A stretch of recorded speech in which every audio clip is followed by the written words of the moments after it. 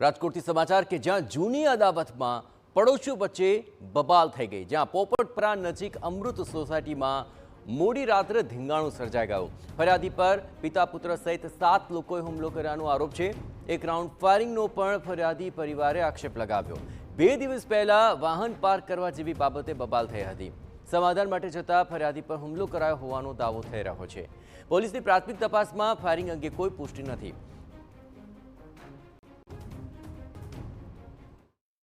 સવાર ઘરે એકલા હતા, આમ બધા બહાર હતા તો એ ગોવિંદ દાયર છે ને, એ મારા ભત્રીજાઓને ઘર પાસે આટા મારતો। મારા ભત્રીજાઓ એમ કીધું, દાદા અહીંયા કેમ આટા લ્યો છો? તો કે ઓલો ક્યાં છે કે, એટલે મારા હસબન્ડને ગોતતા હતા કે ક્યાં છે, કે અત્યારે ઘરે નથી કે, તો કે વાંધો ને એમ કરીને વયા ગયા। પછી મારા હસબન્ડ સાંજે એને પૂછવા ગયા કે દાદા કે આપણે સમાધાન થઈ ગયું તો તમારા વહુ પાસે એ રીતે તમે અમારા ઘર પાસે કેમ ગયા હતા? એ લોકો 15-20 જણા ભેગા થઈને એની ઉપર તૂટી પડ્યા અને માર માર્યો। પછી છેલ્લે એ લોકોએ ફાયરિંગ કર્યું, ત્યાં મારા હસબન્ડ દોડીને ભાગી ગયા હતા।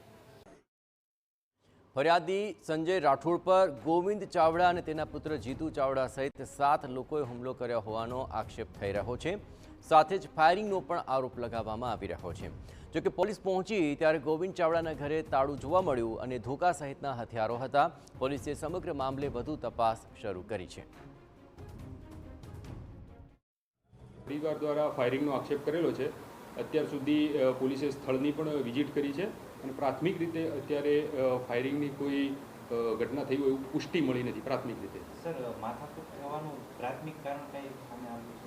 હા, ફરિયાદી જે છે સંજયભાઈ રાઠોડ, જેને ઈજા પહોંચી છે, એની પ્રાથમિક પૂછપરછ કરતાં પાર્કિંગની બાબતે બનાવ બનેલો હોય એવું જણાવે છે। રાજકોટના પોપટપરા વિસ્તારમાં આવેલ અમૃત સોસાયટી 3માં પાર્કિંગ બાબતે ઝઘડો છે તે થયો છે અને 2 જૂથ વચ્ચે મારામારી થઈ છે અને તેમાં ફાયરિંગ થયાની પણ ચર્ચા છે તે જોવા મળી રહી છે। આપને હું દ્રશ્યો બતાવવા માંગીશ કે રાજકોટના પોપટપરા નજીક જે અમૃત રેસિડેન્સી 3 સોસાયટી આવેલ છે અને સોસાયટીમાં રાત્રિના સમયે જે કાર પાર્કિંગ કરવા બાબતે 2 જે પાડોશીઓ છે તેની વચ્ચે ઝઘડો છે તે થયો હતો અને તેને કારણે તેમાં જે ફાયરિંગ થયાની ચર્ચા છે તે થઈ સામે આવી છે, જેને લઈને પોલીસ છે તેમના દ્વારા તપાસ છે તે શરૂ કરવામાં આવી છે। આપ જે પ્રકારે દ્રશ્યો જોઈ રહ્યા છો કે જે ઘરમાં આ મારામારી જોવા મળી છે ત્યાં કેટલીક જે મકાનને તાળું પણ લગાવી દેવામાં આવ્યું છે, સાથે સાથે જે બેઝબોલના ધોકા સહિતની કેટલીક જે હથિયારો છે તે પણ તૂટેલી હાલતમાં પડ્યા છે।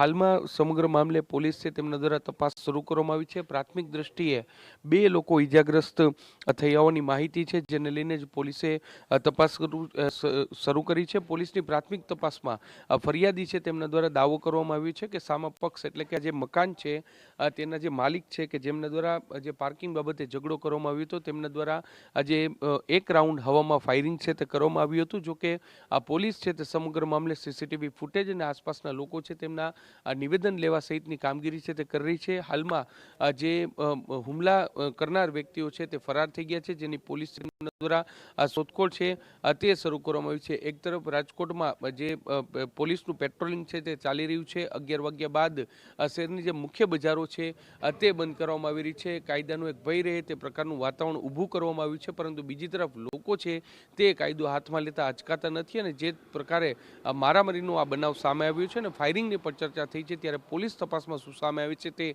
જોવાનું રહ્યું। કેમેરા પર્સન ભાવેશ લશ્કરી સાથે મોહિત ભટ્ટ, TV9 રાજકોટ।